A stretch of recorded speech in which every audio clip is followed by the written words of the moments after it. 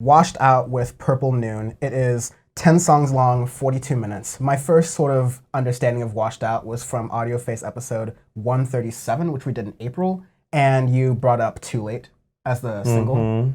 So Washed Out started as one of the third member of Chill Wave. You have Tori Iman, Neon Indian, and Washed Out that started Chill Wave in 2009, 2010. Yeah. The Mount Rushmore of ankle socks. Dead ankle socks, flip flops, and curly hair. All three of them. Swear to God, they do that. And they make tremendous fucking music. Because Feel It All Around was the single that came out, and like. Even Neon and Ian Tori Amos said, like, dude made the best chill wave for sure. And he's released a few albums after that. You have, these last ones, Mr. Mellow, which was 2017, yeah, so a few years ago.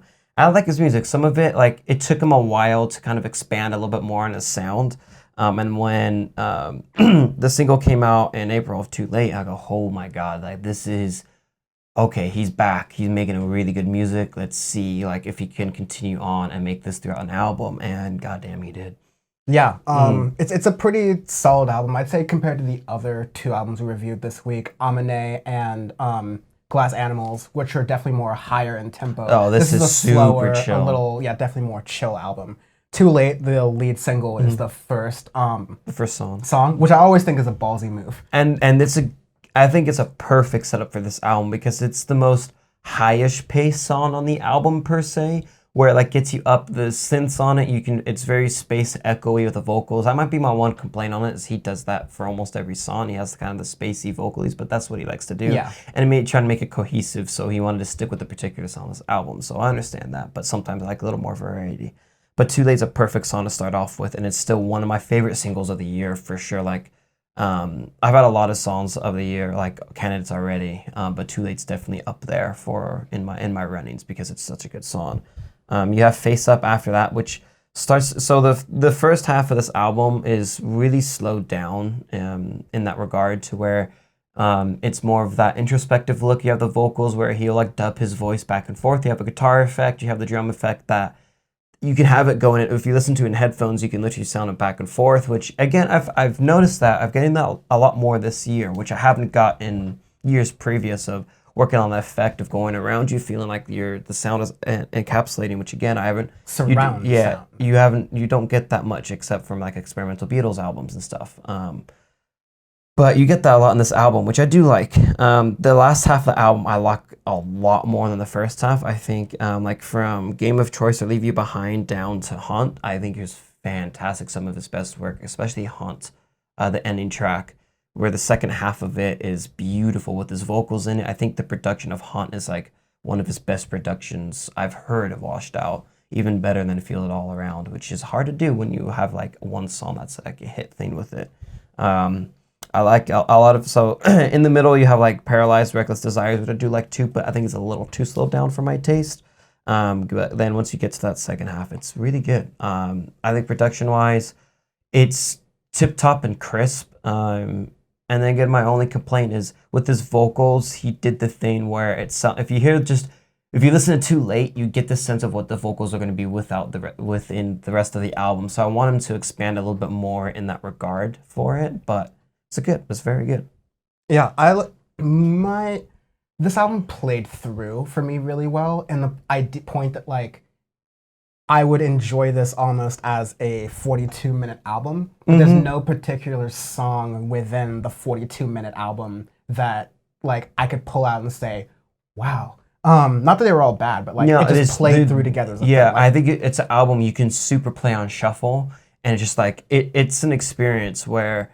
It feels almost like a mix compared to like a separate album in that regard, except the two songs that do that are the first track and the last track, because Too Late and Haunt do that, but the rest of the album is just, they're not necessarily the same. It's not Future where you literally mix the same song over and over again, just the same themes, especially with the vocal tricks in it. Like Time, and it's the third song, Time to Walk Away, reminds me of like if Kygo just chilled out a little bit, because it's a little bit like tropical house, but it's and you got like light little trumpet. You know what it reminded me of is some of the Chiller Roosevelt you get sometimes when he would make, especially on Chill Early Roosevelt. Yeah, it's a Chill Early, like Eleanor EP. Yeah, of Roosevelt. That's what it reminded me of, is that style sound, but not as upbeat, but still that vocal effect with it. And I really liked Roosevelt doing that. I wish he expanded on that sound a little bit more. Quick sidebar to say that when we're talking about Roosevelt, and I know exactly how this happened, but you said Eleanor EP when you meant Elliot EP. Elliot, oh, but like I know exactly how that happened. Because it's Roosevelt. Whoops. Yeah, the Elliot EP. Even he has to go Roosevelt the musician. Yeah. Oh, but yeah. And that's why I say Roosevelt instead of Roosevelt. Yeah, fair enough, because he is German.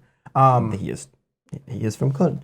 But yeah, I think to me this is one of my favorite washed out albums because the theme of the songs, like it puts you into like literally the album cover is a perfect like that's what the mood is going to be is that album cover. Because sometimes album covers don't like represent the music at all most of the times, but that one's like I feel like I'm on vacation somewhere in Greece or somewhere in like Malibu randomly when it's either dusk or dawn and you're just like chilling out in some rich dude's asshole's house, but you're by yourself. A really good, I think one thing I might need to do before the summer ends is play this album along with Tycho's simulcast and just like chill and relax on a non-crowded beach more than 6 feet away from people. But like those two albums released this year, I think Tycho's, I prefer it a little bit more because I think it has a little bit more range. But I think they're really good complements of like chill techno aspects of techno electronic music that is just really enjoyable and agreeable and chill to listen to.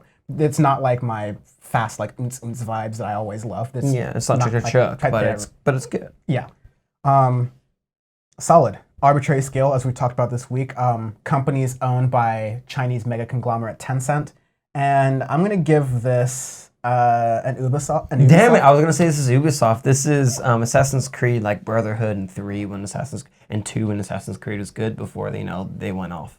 This is Assassin's Creed on my Razor. Yes, on your Crazer days, I remember that. Those are like when they still made Prince of Persia too. Yeah, getting my phone almost taken away in 7th grade because I'm playing Assassin's Creed. I remember on that. D-pad. I think I slapped it out of your hand once, and that shit still worked. Crazer's an incredible phone. It is. They don't make them like they used to. The Crazer is a billion times, or even the Razor, because the Crazer was a little bit thicker. It was the Thickums one, but like the Razor, the super thin one, is still more harder to break than an iPhone modern one. For sure.